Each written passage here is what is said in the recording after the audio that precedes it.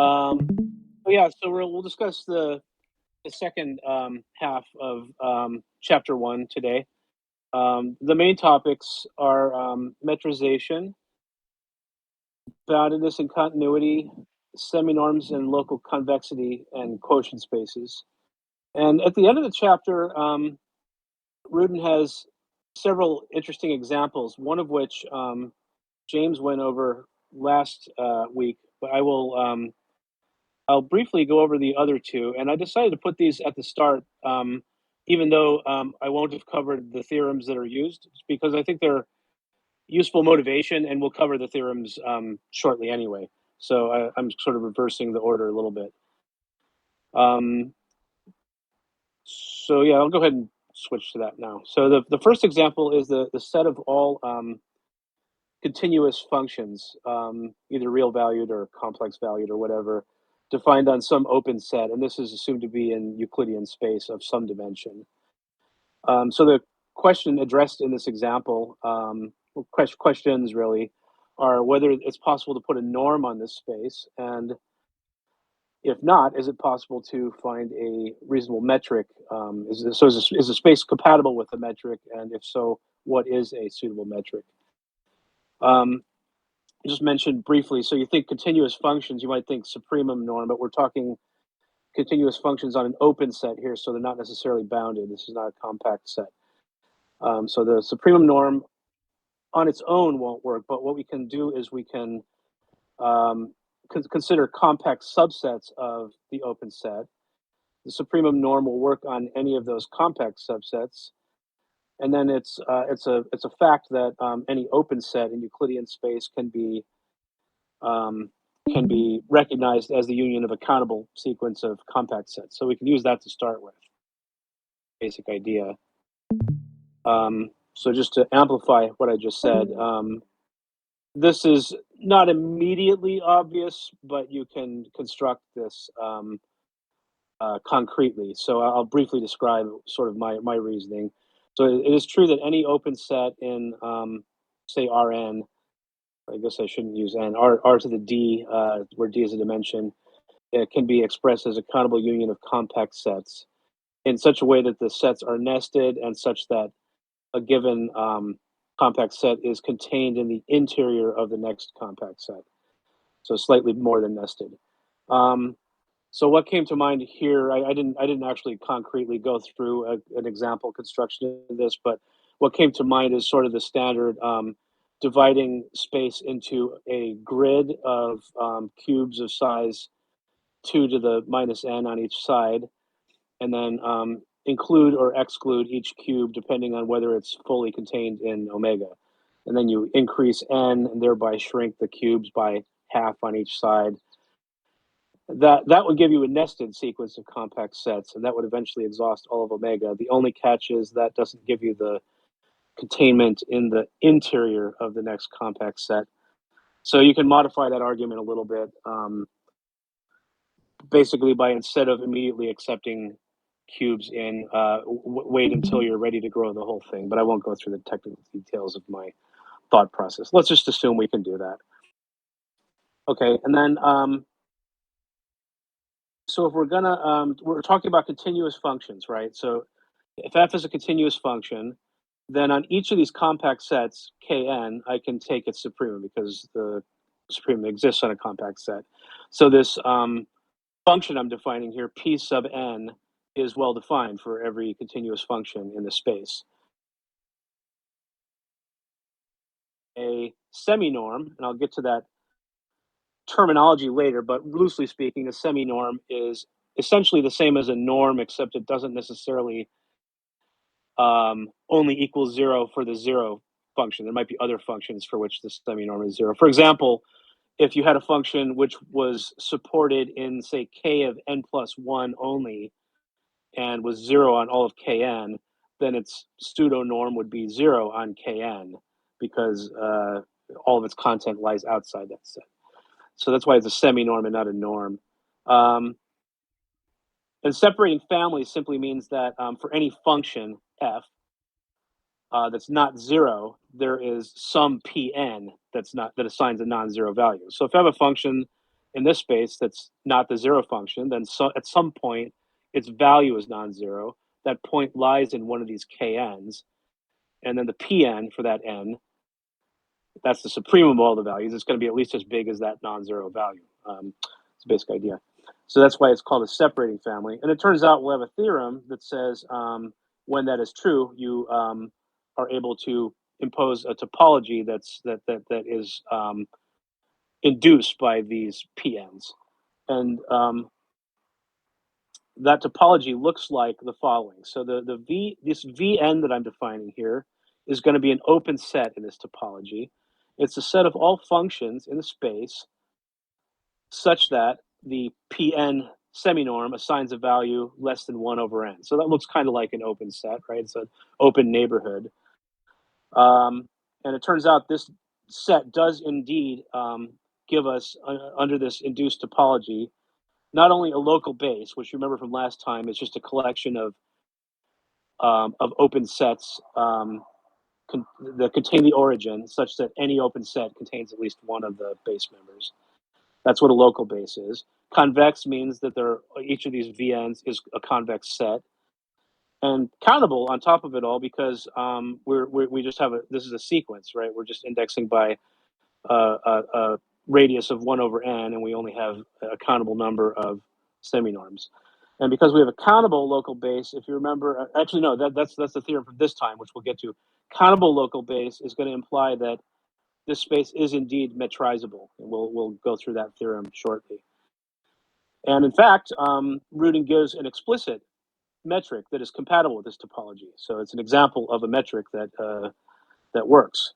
And it's as follows. So we for each of these n's, we form the ratio Pn over 1 plus Pn. This is a familiar notion with metric spaces as well. It converts a potentially unbounded function into one that's bounded by 1. So that's the reason for the normalization by 1 plus Pn.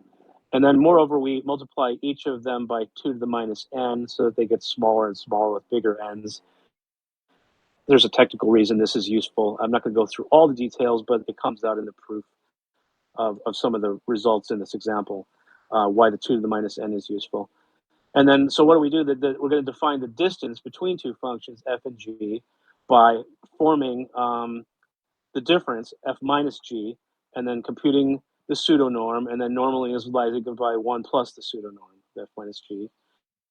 Take the 2 to the minus n, and then we just take the biggest one of all these values. And since each one of the biggest that any of these can get is 1, certainly this max will exist. Okay, so that's the definition of the metric. And I won't go through all the details, but the example proves that with respect to this metric, you have the D is actually complete. So the space, for completeness is a property of metrics and metric spaces, not of the space itself. So there are potentially metrics compatible with this norm that are not complete, but this particular one is complete, which means that every Cauchy sequence in the space converges. What does convergence in the space mean? Well, it means that we converge pointwise to a function in the space, so we converge to a continuous function. And moreover, because we're using sup norm on each of the kn's, it means convergence is uniform on each of the compact sets. This is very similar to convergence of power series within their disk, the interior of their disk of convergence, right? You don't necessarily get uniform convergence on the entire open disk, but you get uniform convergence on any compact set contained therein. And you get pointwise convergence on the entire open disk, and you converge to a continuous function because every point is contained in one of these kn's and converges uniform on the kn's. And uniform convergence of continuous functions gives you another continuous function. Okay, so so that's very nice. And then there's, however, another observation that Rudin makes. All of the VNs, which are these balls, right? These are the balls of radius 1 over n that we defined. It turns out that these guys are all unbounded. I mean, they look bounded, but under the definition of boundedness in a topological vector space, that doesn't mean contained in a. It doesn't mean that the distance the maximum distance between points in the set is bounded. That's the metric space definition. The topological vector space definition says if I take any neighborhood centered at the origin, and I can find an inflation factor such that if I inflate that neighborhood far enough, it will contain the set. Rudin actually shows that look, there are neighborhoods that no matter how much you inflate them, can't contain any of these neighborhoods, and so actually they're all unbounded. And then we have a big theorem, which is near the end of this presentation, which says that if you have a topological vector space and it doesn't have a bounded local neighborhood, meaning just a bounded neighborhood of zero, then there's no way to impose a norm on this space. It's not normable. And surprisingly, it sounds like a complex, big theorem. It turns out the proof of that's quite simple, and actually we'll present the proof. So anyway, this is a cool example of a space that is metrizable but not normable, which is why we are caring about making a distinction of metrizable versus normable. And since it's not normable, we don't get a Banach space. We just get a lesser topological vector space. And then example 2 is kind of similar, so I won't go through it in as much detail. This is the space C infinity on an open set omega. This is, again, a vector space. The contents are not just continuous functions, but they are smooth, which means that all possible partial derivatives, mixed or whatever, that you can form of all orders, they all exist. There's some notation that goes with this, fairly standard notation. If the dimension of the space is n, then we can form a tuple of n non-negative integers. And then what that tuple refers to is how many derivatives we want to take in each variable. So alpha 1 means we're going to take alpha 1 derivatives of the first with respect to the first variable. Alpha 2 will take that many with respect to the second variable, etc. So that's the tuple notation. Just means identifies what kind of derivative we're taking. It's called a multi-index, and then its order is notated as the absolute value, but it's really just the sum of all the n's. So it's the total number of derivatives we're taking of whatever type.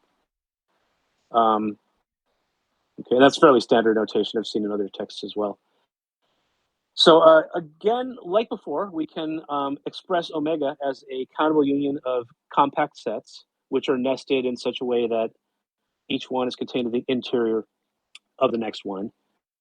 And this time we will form a seminorm that's indexed by n. So n is a bound on the order of the multi-index here. This absolute value of alpha less than or equal to n says we're going to take at most n derivatives. So in this set, we're taking this given f, and we're forming all possible sets of all possible partial derivatives of any combination where the total number of derivatives taken adds up to a number less than or equal to n, and where the x's are confined to the compact set lowercase n. Am I confused here? I think I should be a capital N. Sorry about that. That's a typo. And then we just take the maximum of all these absolute values. So on a given kn, this max exists because it's a compact set and the derivatives are all continuous functions. And then we just take the max overall with respect to all the different multi-indexes that satisfy the inequality.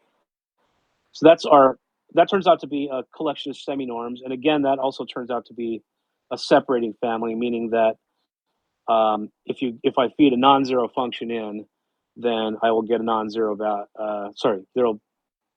If I have a non-zero function, then at least one of these semi-norms will give me a non-zero value out. I'm not going through as much detail because the proofs are kind of similar, but a bit more technical because of all the derivatives and stuff.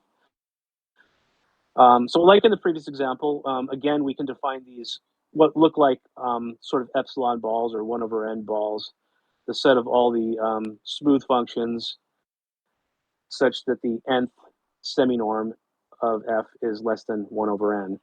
It's the same thing we did last time. And this again gives us a countable convex local base. Because it's a countable local base, we get that C infinity is also metrizable. I don't remember if we write down the metric here or not. I think I don't, yeah. But it is metrizable. And Now, Rudin shows that this one's also not normable, but it uses a different property and a different theorem. It turns out that an infinite dimensional topological vector space that has the Heine-Borel property, meaning that every closed and bounded subset is compact, cannot be locally bounded. And therefore, because it's not locally bounded, this big theorem we have is going to, again, say that C infinity is not normable. And I'm not going to go through the details again. He does it in loving detail in the textbook. Well, loving detail, except you get to fill in a lot of gaps, of course, but that's Rudin for you. Okay, so that's basically that's my summary of the examples. It's kind of the motivation for why we're doing everything we're going to do here. Does anybody have any questions so far?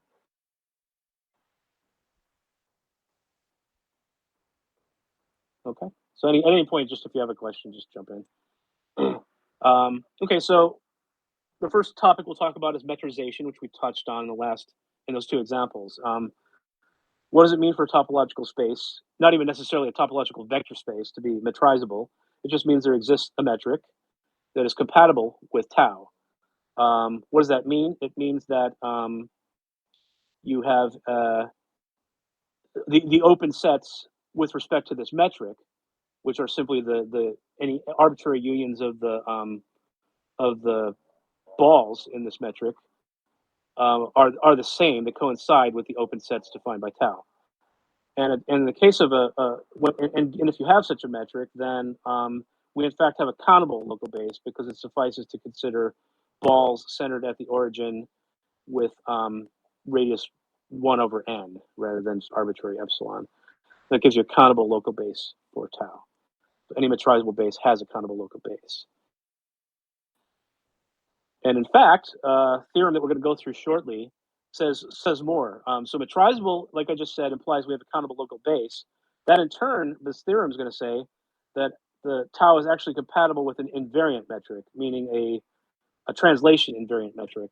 So even if the original metric that we started off with here, and I said we're metrizable, was not translation invariant, the fact that then says we therefore have a countable local base, and therefore the theorem says, well, there actually exists a translation invariant metric, which is also compatible with the topology, which is nice. And translation invariant just means that if I have a pair of points x and y, then the distance between those doesn't change if I take them both and translate them by the same offset. So there's kind of a homogeneity to the space. So in fact, what I just said is summarized in this theorem here. So this is, if we start with a topological vector space that has a countable local base, then there is a metric that is compatible with topology. All the open balls centered at the origin are balanced. Remember, balanced means that if I take the set and multiply everything in it by some scalar whose absolute value is less than or equal to 1, then I don't leave the set. So an example in like C in the n-dimensional complex space would be I think Rudin actually shows early in the chapter that the only balanced I think the only balanced open sets in that space are the open balls centered at 0, the standard open balls. So in this, and so we sort of replicate that property here. All the open balls centered at 0 will be balanced. There may be other balanced sets too, in general. And the D, like I said, will be invariant, meaning that if we take, if we had x and y and they had some distance between them, then if I shift both of them by some vector z, the distance between them doesn't change. And on top of that, if x itself was locally convex, what does that mean? It means that there is a local base consisting of convex sets. Then we can also choose D such that all the open balls are also convex. So that's a cool theorem. And I'll sketch the proof.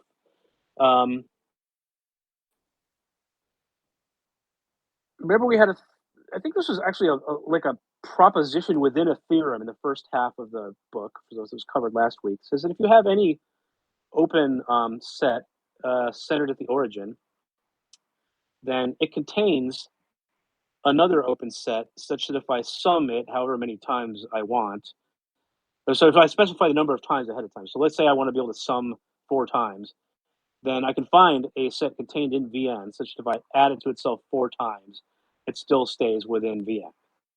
And that's what we need for this particular theorem. And I just also pointed out at this first containment also holds Vn plus 1 is always contained in a sum of Vn plus 1s because this is a local base, so 0 is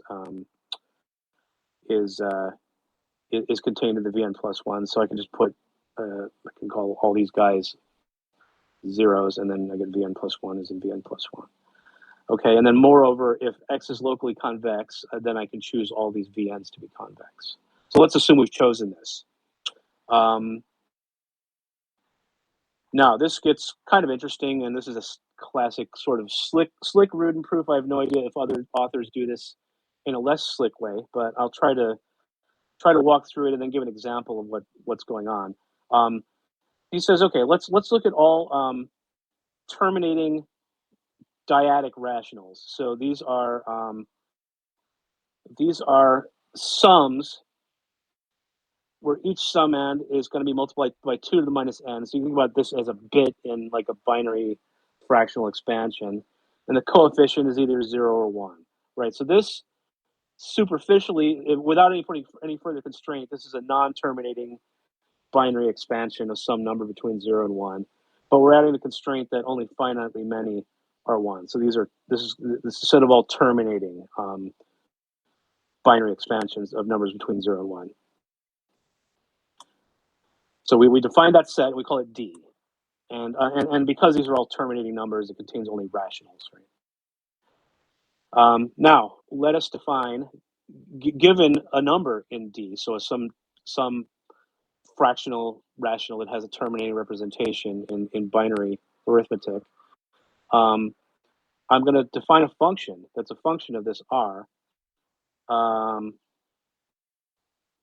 If R is bigger than or equal to 1, I'm just going to arbitrarily define it to be the whole space. So A of R takes a number and gives back a set. And then if R is less than 1, then I take my sequence of V's that I defined in the previous part, my sequence, my balanced local base, and I apply the same coefficients. And this makes sense, right? I can add topological vector spaces together, and I can also multiply them by scalars. So this is basically a linear combination. And it does terminate because only finitely many of these C's are non-zero. So, and the ones that are non-zero are all 1. So this basically is taking a finite subset of the V's and just adding them together. And which subset we choose depends on which R.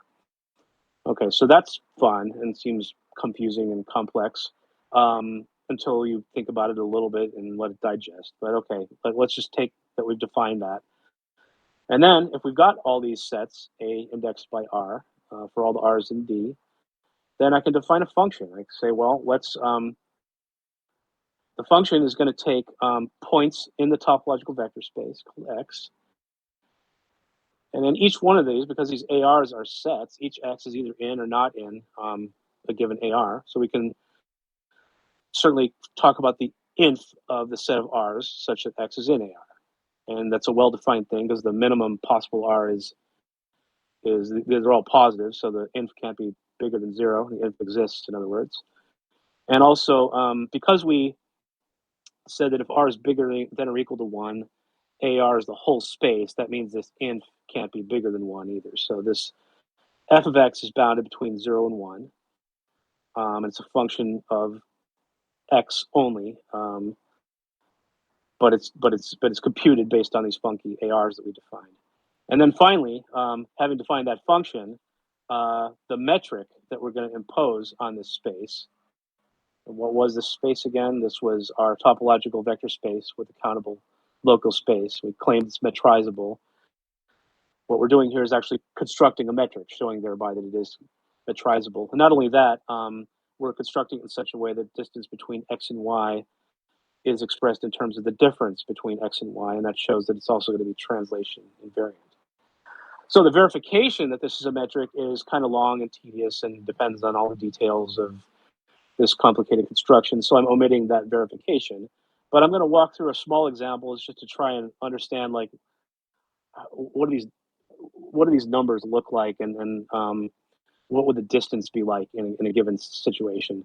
So let's say I've got a pair of vectors, x and y, and their difference, remember this set of v's is nested, such that the ones with bigger indices are contained in the ones with smaller indices. So it's a shrinking set of open sets.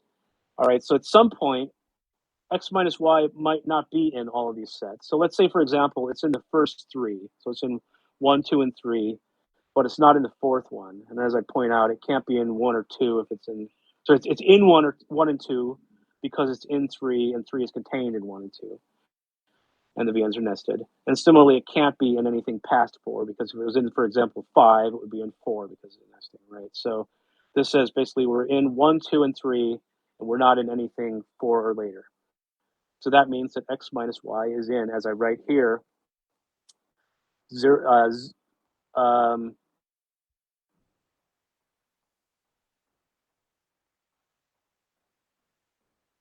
why did I write this? So it's in V3. Oh, right. Yeah, so it's in V3. Therefore, it's in V1 and V2. So it suffices to just say it's in V3. I can put coefficients of 0 on V1 and V2. I don't really need them in this linear combination. It's in V3 alone. So, and this is in fact this corresponds to the R value of 0.001 in binary arithmetic, which is 2 to the minus third.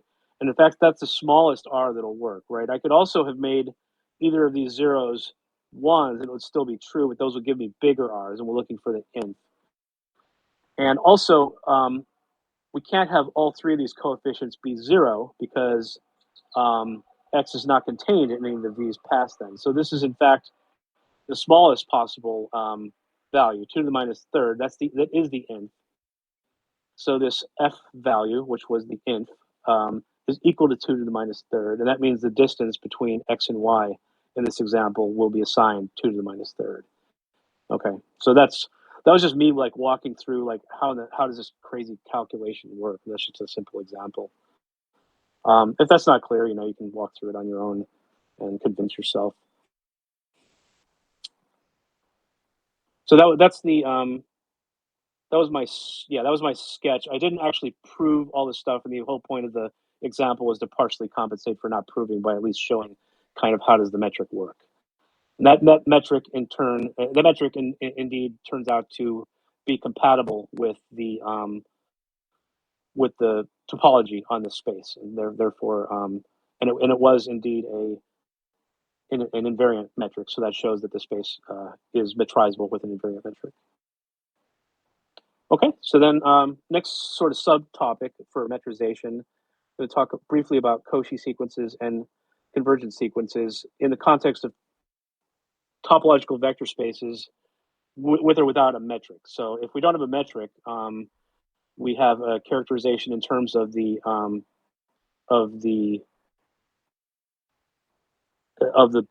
local base. So let's say B is a local base for this vector space. That just means a collection of open sets centered at the origin, such that every open set contains one of these. So a sequence in X is called a Cauchy sequence if every one of these local base sets contains the differences once the indexes are past n. So this is very similar to the metric space definition, except instead of using distances or epsilon balls, we're just using our local base as the balls. And then convergence is very similar. The sequence xn will converge to x if basically instead of talking about xn minus xm, we talk about xn minus x. Same property. And I just mentioned as a side note, if you recall from last time, earlier in the chapter, we showed that all topological vector spaces are Hausdorff, and that's because Rudin's definition requires all singletons to be closed sets. I don't know if that's completely general, but in our context it is. And so all of our topological vector spaces are Hausdorff, and that, excuse me, that in turn means that all limits are unique. In other words, a sequence cannot converge to more than one limit, whereas in a non-Hausdorff space, that's possible. In Hausdorff space, I can if I had two candidate limits, I could draw neighborhoods around each one, and then xn minus x would have to be contained in each of those neighborhoods. Those neighborhoods can be made disjoint in a Hausdorff space, so that's impossible. Okay, and then we'll talk about briefly about equivalent invariant metrics. So if I had a vector space and I've got two invariant metrics, d1 and d2, then as Rudin points out, they have the same, and they induce the same topology on X, then they have the same Cauchy sequences, and therefore they have the same convergence sequences. And moreover, they're either both complete or they're both not complete. So that's if they're invariant and induce the same topology. And this is brought up because in one of the homework assignments for this week, if you drop the invariant hypothesis, you can actually have two different distances, the distance metrics, one of which is complete and one of which is not, and they induce the same topology. And that's a fairly standard example from like metric spaces in general, and it's a similar example here in the context of Rudin. Okay, so if you did homework 12, you've seen that. If not, it's worthwhile exercise. Okay, then there's this is a technical theorem. I'll go briefly in a moment into why it's interesting, but it's mentioned and used in one of the, I think this is used in I mentioned this is used in a homework problem as well. That's why I'm mentioning this one specifically. So if I have a sequence in a metrizable topological vector space and it converges to zero, then there exists a sequence of positive scalars. So these are either real or complex numbers that shoot off to infinity. And I guess in the complex case, it would be the absolute values go to infinity. And such that even though the scalars are going to infinity, once you multiply them by xn, you still get a sequence that goes to zero. And as I mentioned here, exercise 7, this was one of the assigned problems as well. This is a useful fact. I think he mentions it as a hint to show that the topology that's associated with pointwise convergence of functions, arbitrary functions, is not metrizable. And I'll do a quick sketch of the proof because it's actually a pretty simple result. So first we have this little lemma, which says that if I have a translation invariant metric, and I want to look at the distance, and x is some point in the space, then if I can form nx, that's just either multiplying x by the scalar n or just adding x to itself n times, then I can look at the distance between that point and zero. And because of the triangle inequality, I can say that that's less than or equal to the distance from 0 to x plus a distance from x to 2x, etc., all the way up to nx. So that's the sum of distances from k minus 1x to kx. And then because the metric is translation invariant, each of these d's is all the same because the distance between them is just x. So we have n copies of the distance from x to 0. So that's a little lemma we're going to use in a moment. And that holds for all x in the space and for any n, any positive integer n. So in this lemma, the setup of the lemma is we have that xn is going to 0, which in a metric space means the distance between xn and 0 is going to 0. And because that's true, I can pick a sequence of epsilons of the form 1 over k squared. And corresponding to each one of those, there's some n sub k, such that if the n's are bigger than that, then I'm within this ball of radius 1 over k squared. And I can make the sequence of nk's be increasing as well, sort of standard construction. So then let's create our unbounded sequence of gamma n. So if for n's that are less than our first n1, we'll just get the gammas all equal to 1. And then for this, the nk was an increasing sequence. So I've got nk and nk plus 1 strictly increasing. And then, so I might have some n's in between these numbers. And for any n's in between those numbers, I'll let gamma n equal to the k that corresponds to the lower bound. Okay, so then we can compute for the n's that are in this range between nk and nk plus 1. I can compute the distance between this gamma n, xn, and 0. I'm going to hope to prove that this distance goes to 0, right? That's what the theorem says. Well, the gamma n's in this range are just equal to k, so this is the distance from kxn to 0. And then by my lemma above, that's less than or equal to k times the distance from xn to 0. Xn is going to 0. And moreover, we set it such that it's going to 0 in this range. We are less than or 1 over k squared. So I have k times 1 over k squared, which is 1 over k, which shows that my gamma n xn's go to 0. So that's fairly simple proof, but interesting and highlighted because it's used in one of the problems. Okay, so that was metrization. Those are the main results in metrization.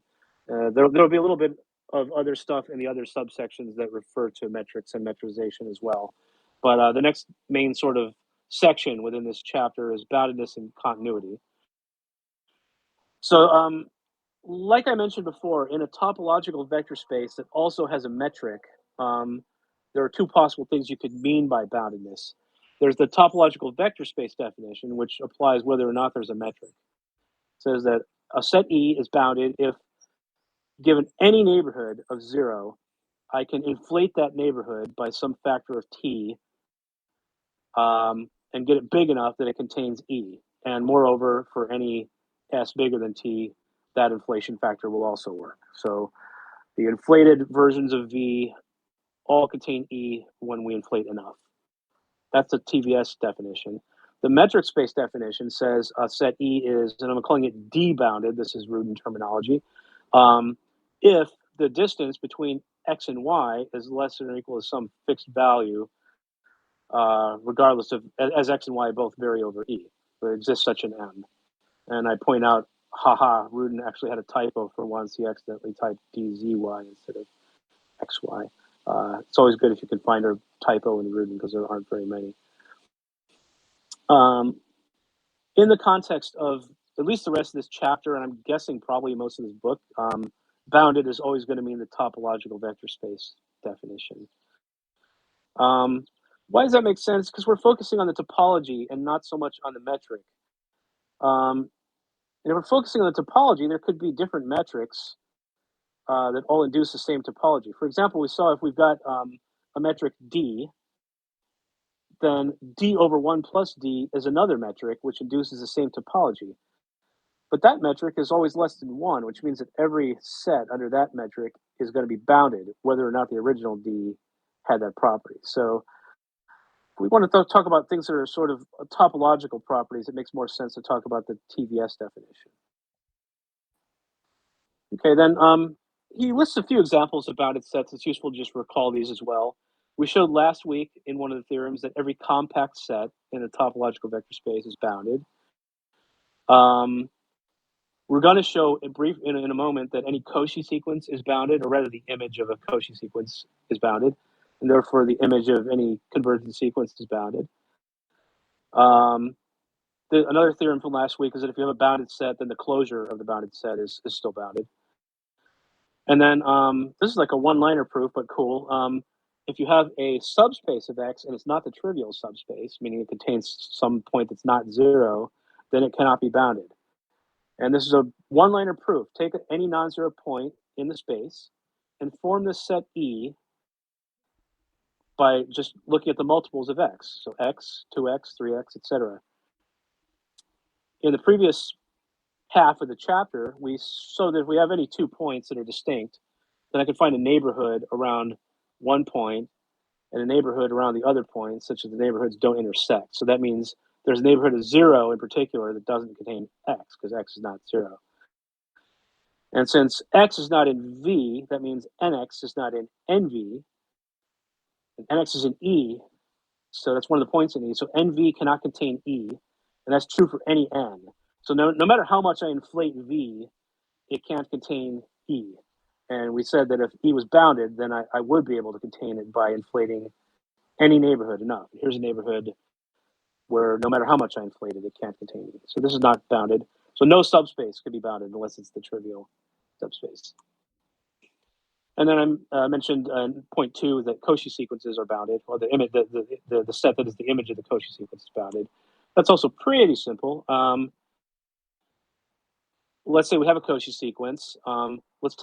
We need to show that any neighborhood can be inflated enough to contain the Cauchy sequence. So let's say we start with a neighborhood W, and I can, without loss of generality, make it a balanced neighborhood because any neighborhood contains a balanced neighborhood.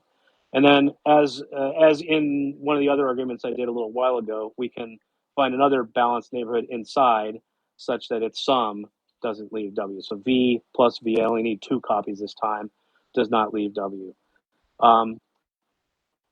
Now, because Xn is Cauchy, it means that for some fixed capital N, all of my Xn minus X capital N's are going to be in this neighborhood V. And equivalently, my X little n's, which are the varying terms of the sequence, will be in a neighborhood of V shifted to the point Xn. And this is true for all sufficiently large n, all n bigger than the capital N. Now, the neighborhoods of 0 are, any neighborhoods of 0 are absorbing, and I didn't define that yet, but all it means is that if I take a neighborhood and inflate it, then I can, if I have a given point in X, then I can, and I have a neighborhood of 0, then I can find an inflation factor such that the inflated neighborhood will contain X. That's all that is meant by absorbing, and I'll define that a little bit later. I got this a little bit out of sequence. Because that's true, this X capital N, being a point in capital X, is contained in some inflated copy of V, so SV for some scalar S. And moreover, we can assume that this scalar is bigger than 1. Why? Well, if we had an S that was less than 1, then, sorry, if we had a scalar that was less than 1, then we can call it 1 over S, where S is bigger than 1. Our 1 over SV is always in V, and that's true because V is contained in SV with S bigger than 1. And then V in turn is contained in SV because S is bigger than 1. So you have 1 over SV is contained in SV. This is true for any S bigger than 1. So basically, if you have a smaller neighborhood, it's contained in a bigger neighborhood. It's companion of the reciprocal, right? So Xn, this containment here held, Xn was in SV. So Xn, little n, is in X big N, which is in SV, and then plus V plus V. That containment just follows from the Cauchy sequence definition. And then, by the way, we defined S to be bigger than 1. We have V is contained in SV. Okay, so now we've got Xn and SV plus SV. And then we defined our V such that if I sum 2 V's, I stay in W. So if I sum 2 SV's, I stay in SW. So what does that show? This works for any n bigger than our fixed big N. And that shows that, and W was an arbitrary balanced neighborhood. So that shows that the whole tail of the sequence is in SW. And that means that the image of that tail is bounded because I was able to find an inflation factor that holds the whole image.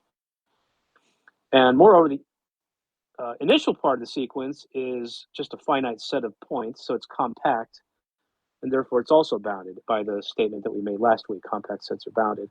So the whole sequence, the image of the whole sequence is contained in the union of 2 bounded sets, and it's very easy to convince yourself by a simple argument that the union of 2 bounded sets is still bounded.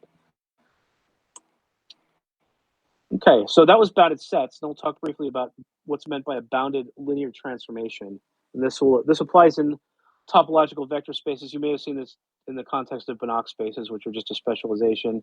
If you have a linear map from between 2 topological vector spaces, what we mean by boundedness is that it takes bounded sets into bounded sets. So if E itself is a bounded set of X, then gamma of E, the image of E, is a bounded set in Y. Now we have a theorem related to this. I don't think, I'm not going to prove this because it's kind of technical and messy, but it's useful to remember the result. In any topological vector space, bullet item A implies B implies C. And then if also X is metrizable, then we can keep going. C implies D and D implies A, so these are all equivalent. But if we don't have metrizable, then only A implies B, B implies C, and the other directions don't necessarily work. In fact, one of the homework problems for this week gives an example where we have a non-metrizable space and a linear map that is bounded but is not continuous. That couldn't happen in a metrizable space, but it does happen in this particular space. So what are the bullet items? Lambda is continuous. And remember that for a linear map, this is it suffices to say that lambda is continuous at 0. That implies continuity everywhere. In any topological vector space, continuity implies boundedness. In any topological vector space, boundedness implies that if we have a sequence converging to 0, then the image of the sequence is bounded, but doesn't necessarily converge to 0. And if we have a metrizable space, then that the image of the 0 converging sequence will in fact converge to 0, and that in turn implies that gamma is continuous. So basically, sequential continuity at 0 is enough to imply continuity at 0 in a metrizable space. Okay, and then yeah, that was the main topics for boundedness and continuity. So the next major subsection of this chapter is seminorms and convexity. So, okay, seminorms are similar to norms, which are probably pretty familiar. The only difference being that a seminorm can assign 0 values to non-zero points. So the main properties, though, and these are shared by norms as well, are the you can call it either the triangle inequality or subadditivity. If I take x and y in the space and I add them together, then the seminorm assigns a value that is less than or equal to the numbers that it assigns to the individual points added together. And then also you have a homogeneity property.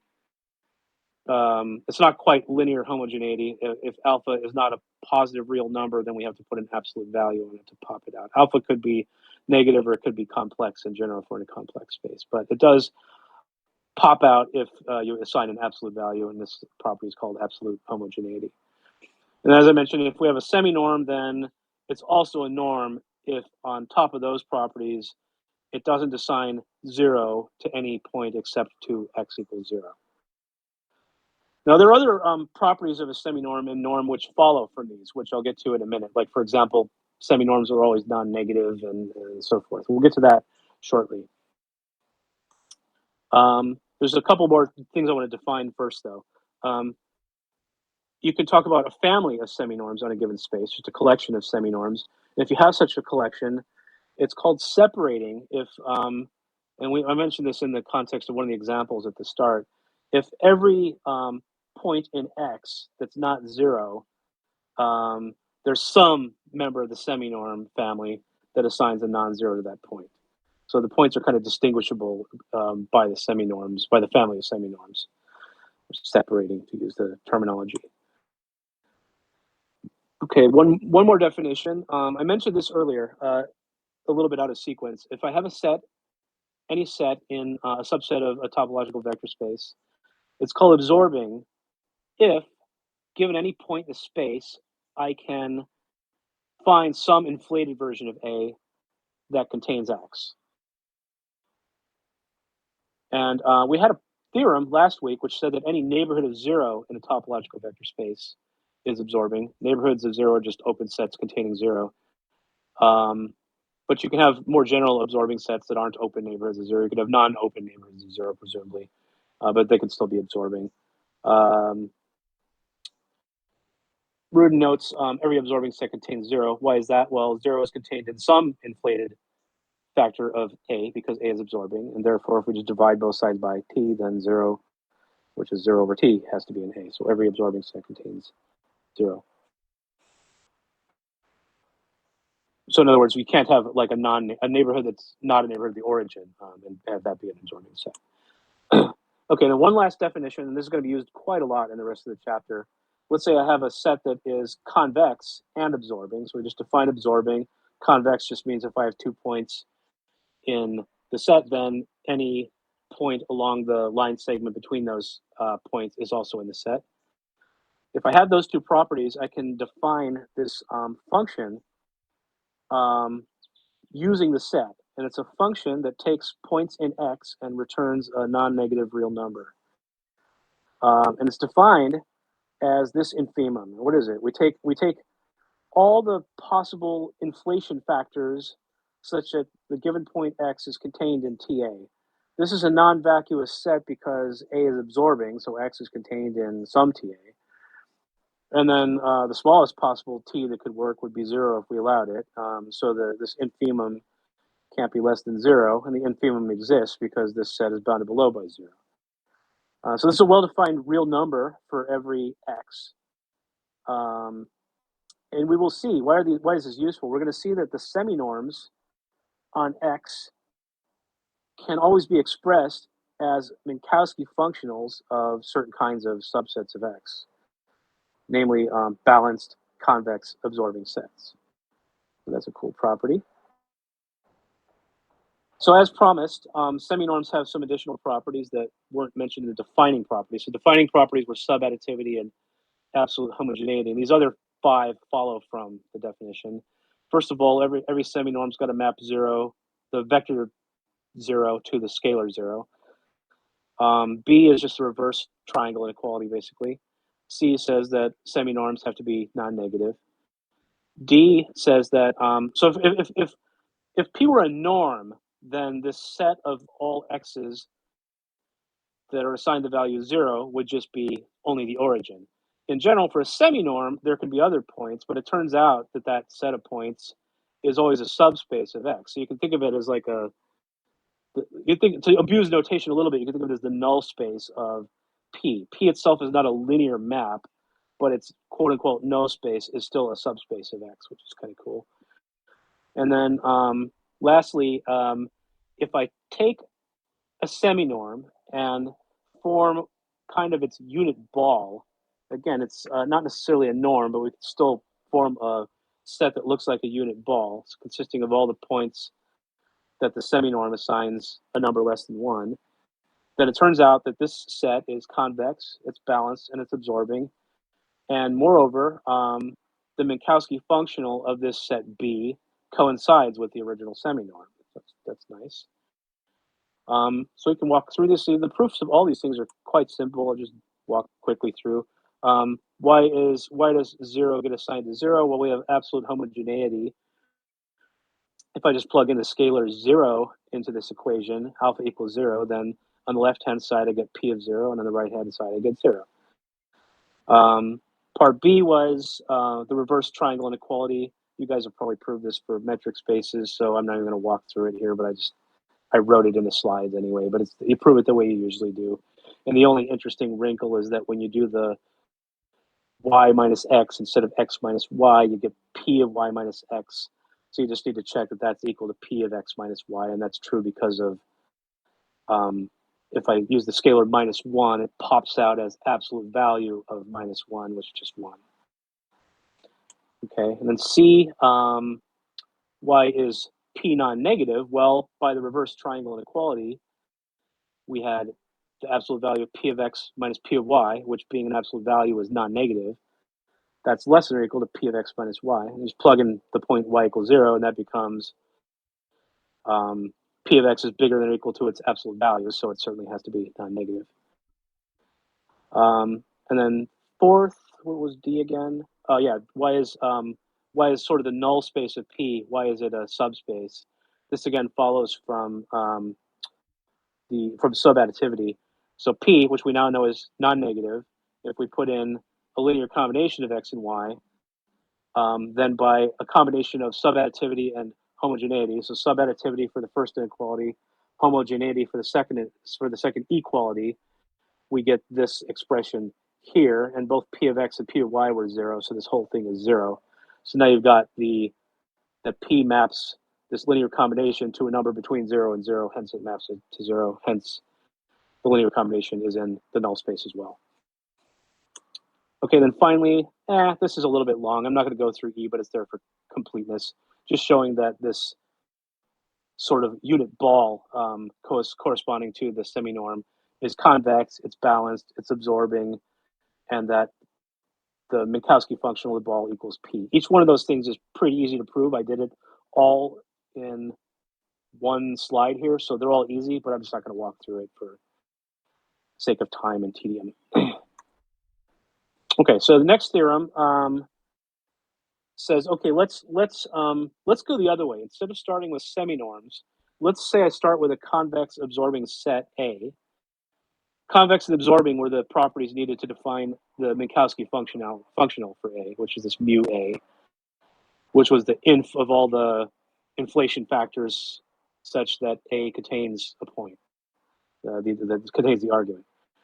It turns out that this Minkowski functional is also subadditive, like semi-norms, and it doesn't always have the absolute value pop out property, but if we constrain the scalar to be a non-negative real number, then it does pop out homogeneously.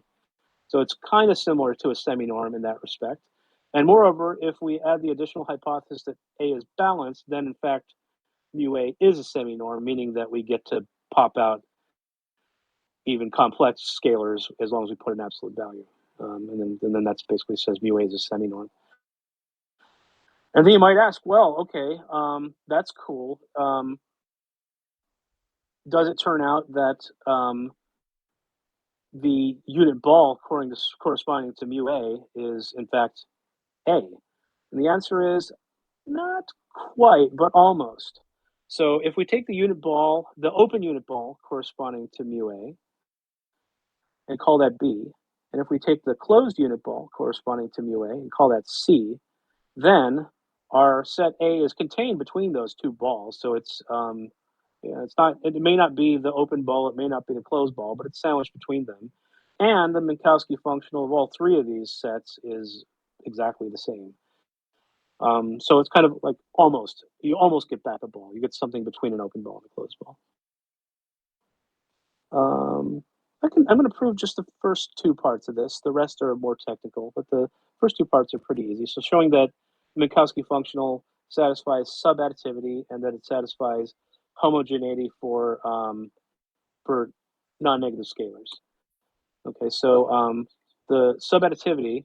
This is kind of cute. We say let's take the right hand side, mu A x and mu A y, inflate both of those by a little epsilon. And then let's call t equal to mu A of x plus epsilon. And let's call s equal to mu A of y plus epsilon. And because these numbers are bigger than the Minkowski functional, which is the smallest inflation factor, such that x is contained in that inflation factor times a, it means that x is going to be in TA because it's bigger than the minimum. T is bigger than the minimum.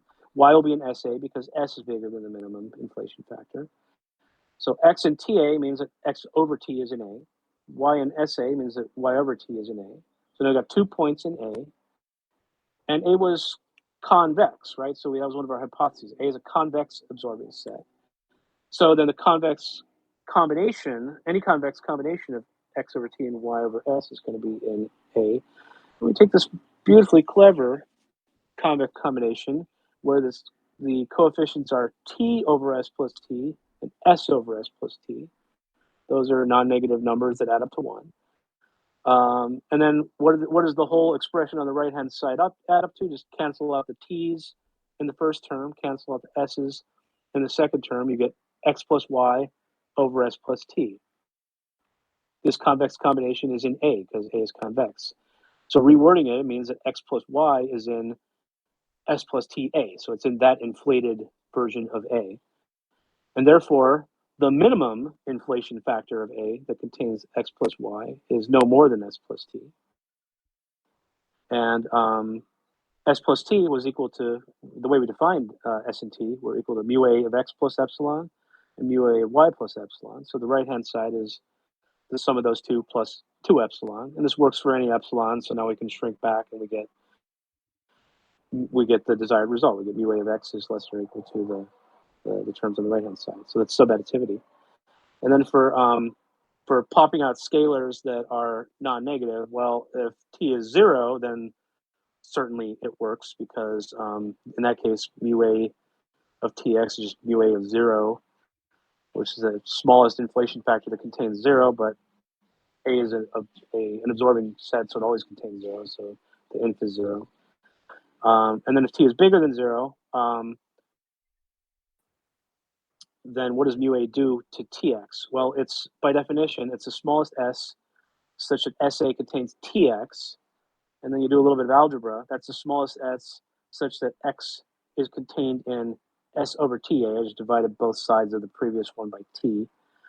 Okay, so we know that this whole scalar has got to be at least equal to S in order to work. So then that means the smallest scalar that works here is T. So so this infimum becomes T times the infimum of the original.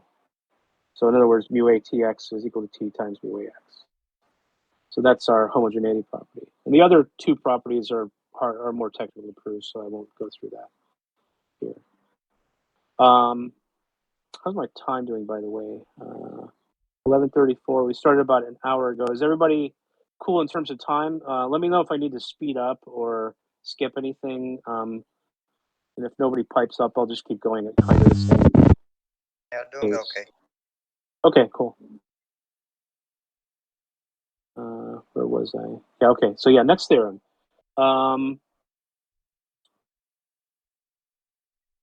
Yeah, so more facts about the Minkowski functional. Let's say we start with a convex local balanced local base in a topological vector space, and for each member of the base, we create the Minkowski functional, which is well defined because we have convex convex sets that are in a base, and all base members are absorbing. So convex and absorbing is what we need for Minkowski functional.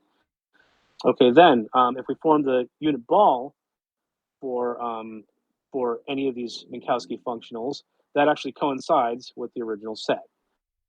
And moreover, these Minkowski functionals are a collection of seminorms. We just showed that in the previous theorem. And it turns out they're also separating family, and they're also continuous. I don't think I go through the proof of that here, but that's useful in some of the later theorems. Yeah, and then this is a big theorem, which is used basically in every single result in the rest of the chapter, and is used in several of the homework problems as well. So it says, okay, let's start with a separating family of seminorms on a vector space. For each seminorm, and for each positive integer n, we're going to define this set, VPN. What is it? It's the 1 over n ball corresponding to P. So it's a set of all points x such that the seminorm assigns a value less than 1 over n. So it's kind of like an open ball, except for a seminorm instead of a norm. And we're going to say we're going to have a topology that is compatible with these sets. So in particular, in this topology, every one of these sets will be open. Now, is this a base for a topology? It's not quite a base, because if I take intersections of pairs of these sets, I don't necessarily get another one in the same form. So this turns out to be a subbase for a topology. Cool thing about subbases is if I've got a set and I want to impose a topology, I can actually take any collection of subsets and they can be used as a subbase. What is a subbase? It just says if I take all finite intersections of these sets of this type, then I get a base for a topology where, by definition, the topology just consists of all arbitrary unions of sets in the base.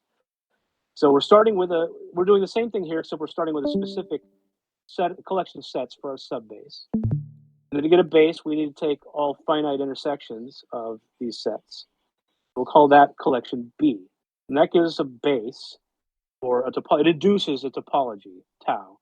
And it turns out the topology that it induces is convex.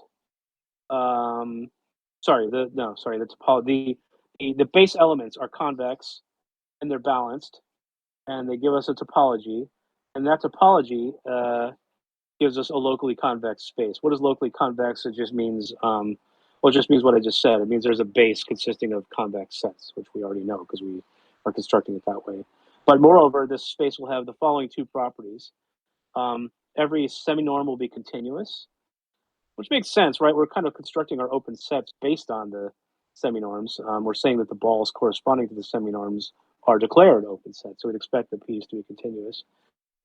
And moreover, we have a characterization of bounded sets in X based on the seminorms. In particular, a set E in X will be bounded in the topological vector space sense if every single seminorm is bounded on that set, meaning each seminorm maps bounded subsets of E to bounded subsets of X. And I mentioned in this paragraph here what I just said in words. The collection of the VPNs is not necessarily a base because it's not closed under finite intersections, but it's a subbase. Blah, blah, blah. Already said all this. Okay. So this is a big theorem, or seems to be a big theorem, because it's showing up as a result that's used in like all the other theorems in the chapter, and it's used in several homework assignments as well, homework problems as well. But I'm not going to go through the proof because it's kind of long and complex. Like each step is pretty manageable, but there's a lot of steps. And then finally, this is kind of the big punchline of this section.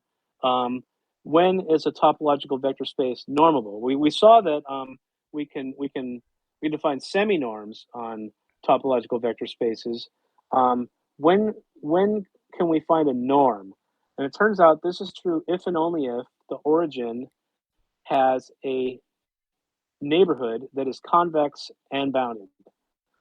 Which seems like a really simple condition. Like surprising that that's actually a sufficient and necessary condition for X to be normable.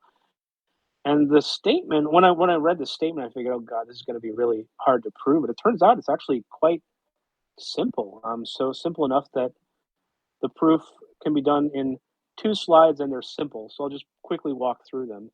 So proof that normable implies that the origin has a convex bounded neighborhood. Well, what's our convex bounded neighborhood going to be? It's just going to be the unit ball corresponding to the norm.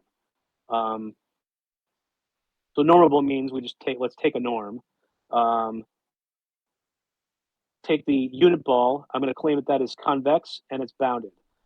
To show that it's convex, let's take 2 points in the unit ball, and let's take a scalar between 0 and 1. Then through the properties of subadditivity and homogeneity again, basically triangle inequality and homogeneity, we get that the convex combination of x and y is less than or equal to the norm of tx plus the norm of 1 minus ty. T and 1 minus t are both real and non-negative, so I can pop them out without absolute values. So I get t times the norm of x plus 1 minus t times the norm of y. Both of these norms are less than 1 because x and y are in the ball, and so then we get a number that's less than t plus 1 minus t, which is just 1. So the convex combination is in the ball. Shows the ball is convex. Why is the ball bounded? Well, remember the definition of bounded means if I take any neighborhood of v, any v that's a neighborhood of 0, then I must be able to find an inflated copy of v that contains my unit ball. Okay, so why does that work? Well, certainly if I start with a neighborhood, then it contains some, I would call it an epsilon ball, except I use R here. So it contains some R ball corresponding to the norm. Why is that?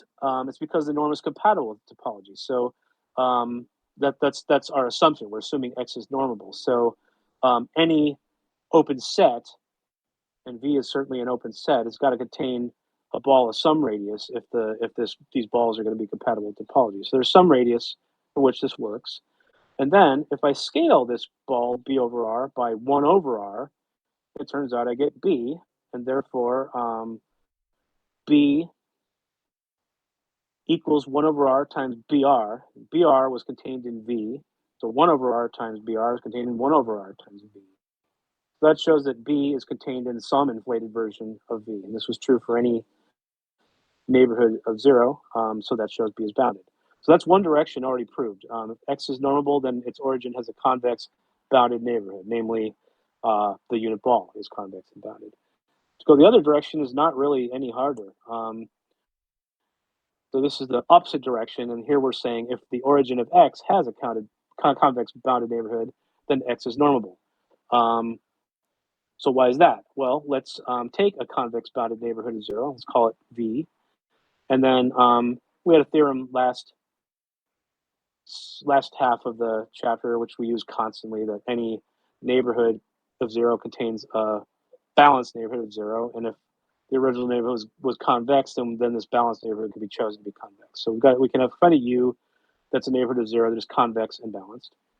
Since V is bounded, certainly U is also bounded, and it's a neighborhood of zero, so it's absorbing.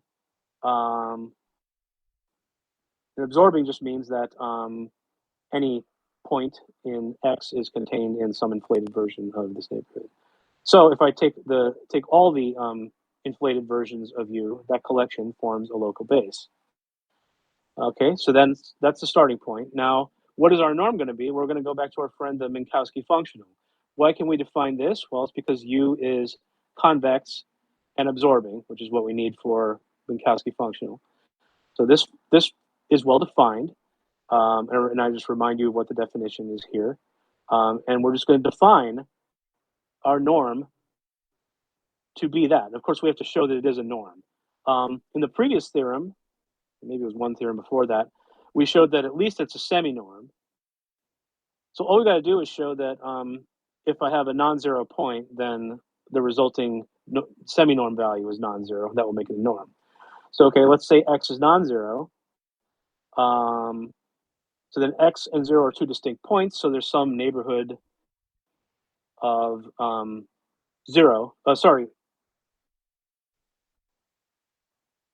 I think I meant to say, yeah, sorry, it does not contain X, is what they should have said, because all the RUs contain zero. Yeah, it does not contain X. And so the Minkowski functional has got to be at least R, because we found an inflation factor R is not big enough to contain X, so we have to go bigger. So the Minkowski functional value is at least R. R is positive, strictly positive. So that means this Minkowski functional value is not zero. And so if we let the norm be the Minkowski functional, it is in fact a norm. It assigns non-zero values to non-zero points. So cool, that's a norm. And now we got to do is show that this norm is compatible with the original topology. In the previous theorem, we showed that if we start with the Minkowski functional of U, given the convex balanced absorbing hypotheses for U, and we form the unit ball for that Minkowski functional, which is also known as the norm in this case, you get back the original U. So then if I scale this U by some positive number R, then I get the set of all Rx's such that X is less than 1, which is basically, so that, again, that's a typo. No, is that a typo? I think one of these should be an R. Sorry, I have a typo on this slide. Several typos. This was not well proofread. But anyway, fix my typos and you'll show that every neighborhood of zero with respect to the topology contains a ball with respect to this norm, and therefore every open set can be expressed as a union of balls, and therefore X is in fact normable. In other words, the topology is compatible with the norm. So slightly detailed, but again, an easier proof than you would think, given the statement that a topological vector space can have a norm if it has a convex bounded neighborhood. And it turns out, well, that's just exactly the conditions we need for A to have a Minkowski functional and B for it to be a norm, and then that is your norm, and it works. Okay, so that's it for semi-norms and convexity. Then the last topic, and I'm going to go through this a bit quicker because it's probably quite familiar from linear algebra, is quotient spaces. So recall that if we have any vector space, whether or not it's topological, and n is any subspace, you could form the quotient space X mod n, just like you do in group theory, just like you do in elementary linear algebra. And what is this? It consists of all cosets of n. It's a space of cosets of n. Cosets look like translated copies of n. There's an associated projection map or quotient map, which takes a point in X and assigns it to the coset that it lives in. So the definition of pi is pi of x equals x plus n. That's exactly the coset that contains x. This should all be pretty familiar from some point. And then what's new if we have and then additionally, because we're in a vector space, we can define addition and scalar multiplication on this quotient space, which turns it into a vector space. And I assume, again, this is all pretty familiar, so I'm not even going to go through the verification, but it's the usual thing. To add two cosets, x plus n to y plus n, you just define their sum to be the coset containing x plus y. You show that that's well defined. It doesn't depend on which representative you pick for this coset. Similarly for scalar multiplication. Okay, so that's all just basic linear algebra and doesn't bring into account topology yet. So what happens if we have a topological vector space? Okay, well here we want to talk about closed subspaces of X. We'll be modding by closed subspaces of X for reasons which are gone into in the proof, which I'm not going to walk through. So just take it, go read the proof for why it needs to be closed. But we can define a topology on the quotient space X mod n, and we define it to consist of all subsets of X mod n for which their counterpart set in the original topology is open, or in the original space is open. So you basically take the inverse image under this pi mapping, and if that lies in tau, then we declare E to be an open set. And if we do that, then this new tau n defined on the quotient space gives us a topology. And moreover, it is a vector topology, meaning it's compatible with the vector space operations. The quotient map is linear, and it's continuous, and it's an open map, meaning it maps open subsets of X into open subsets of X mod n. Moreover, if you have a local base for the original topology, and then you project each of those sets of the local base into the quotient space, then that resulting collection is a local base for tau n. Every property listed here that might be held by X is also inherited by the quotient space. Local convexity, local boundedness, metrizability, normability, and the list goes on. If X is an F space, what was F space? That's a space that has or can have an invariant metric that's complete. If X is an F space, and so is X mod n. If X is a Fréchet space, which is an F space that's locally convex, if I recall correctly, then so is X mod n. And if it's a Banach space, which is a normed space, which is complete, then so is X mod n. So I won't go through the proof. Proof's not too bad, but it's long because there's a ton of details, a ton of claims here, and everyone needs to be proved.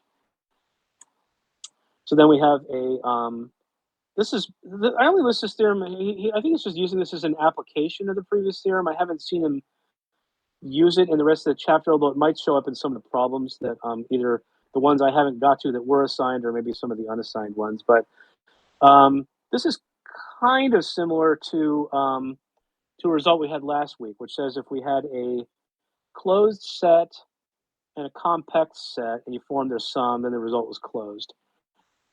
This is sort of similar, except we're talking about subspaces now. We need one of the subspaces to be closed and the other one to have finite dimension, and then the sum will be a closed subspace.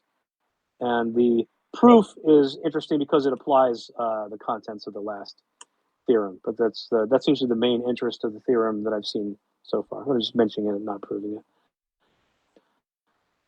Okay, and then this is the last slide, and this is kind of like, to me, this is the immediate application that I already knew about for quotient spaces with respect to like function spaces, and it's a familiar one. If you consider the LP spaces, say on 0 to 1, where the LP spaces, they're the ones whose consisting of all measurable functions, Lebesgue measurable functions, whose p power is integrable. And in that case, you can define a norm called the p norm, which consists of taking the integral of the p power of the function and then taking the result to the 1 over p power. And then there's a bunch of fun work that goes into showing that that is a valid norm. Rather, it's in fact not one thing is glossed over sometimes in measure theory books is it's not really a norm; it's a semi-norm. Why is it a semi-norm? Is because if a function is not necessarily zero, but is zero almost everywhere, then this integral is still going to be zero. So this alleged norm is going to assign zero to functions that aren't zero. And then the people in measure theory books, if they don't go through this whole quotient space construction, they just sort of glibly say, well, let's just identify all functions that are equal almost everywhere. Let's consider them all to be the same. This is just a formal way of doing that. So in the quotients, we're going to form a quotient space by creating a subspace such that all functions that are assigned zero by this alleged norm are in this subspace. And remember, we did say that null spaces as semi-norms are in fact subspaces. So N is a subspace. That was a result from the previous theorem. So since it's a subspace, and I guess we proved somewhere it's closed, we can form X mod N, and then we define a new actual norm on the quotient space. The actual norm is going to be this P tilde. How do we define it? We take any element of the quotient space, which can be expressed as pi of any element of the original space. And what value does P tilde get? Well, it gets just the original semi-norm value for any representative of that cosine. They all have the same semi-norm value, and so this is well defined. And now we get an actual norm. We get an actual x mod n is an actual normable space, and P tilde is an actual norm. And why is it an actual norm? Because if this guy assigns zero, it means that the original function is in n, and we've in the quotient space, those are all considered to be the same function. Yeah, so that's basically it.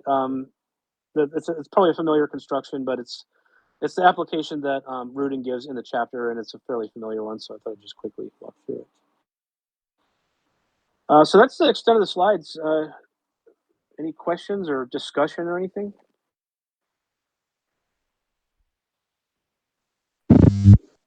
Pretty good.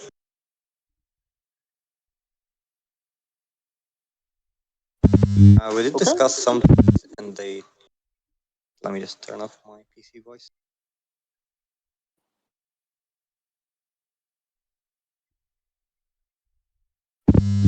We did have talk a bit about certain things in the chat.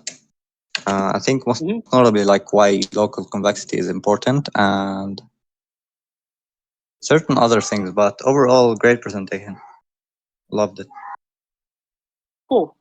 Did the questions about eventually get resolved about why the local convexity was important? And it did show up as an important hypothesis in a couple of cases. One reason that comes to mind is we're oftentimes defining this Minkowski functional, and that requires a convex set and also an absorbing set. So that's one reason why locally convex is useful, because then it allows you to define this Minkowski functional, which in turn coincides with, or is a semi-norm, or can coincide with semi-norms and that sort of thing. So it's one way to create semi-norms. I'm sure there's many other reasons why local convexity is important. I myself am just learning this material, so I can't give a comprehensive answer either. I'm sure it'll show up more in the later chapters as well. Yep, makes sense.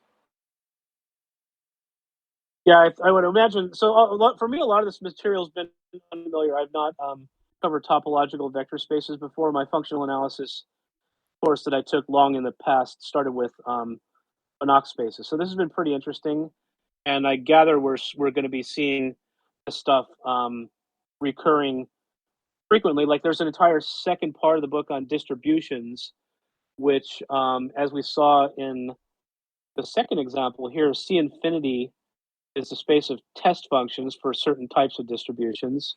And C infinity is not normable. We showed that in the second example.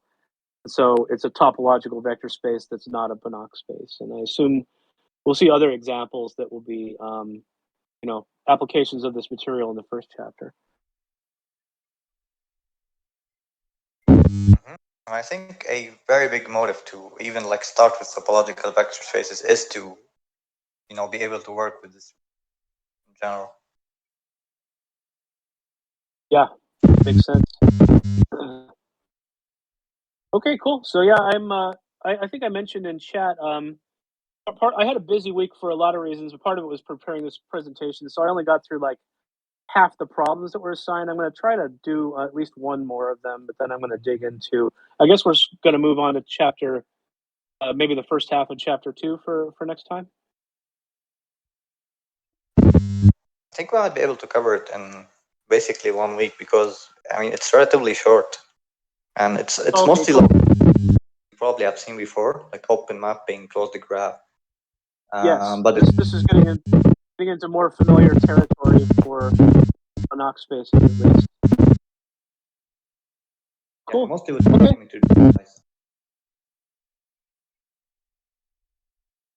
I think next week. Wait, Mighty G, can you take next week's presentation? I think you told me you can handle next week. Yeah, I can do next week. Right. So you'll be basically presenting chapter 2, essentially. Sounds good. All right. I guess we'll meet next week then. Thanks for the presentation again, Bongo. Yeah, you're welcome. Enjoy. See you next week. Thanks for the presentation. It was nice. Sure, thanks.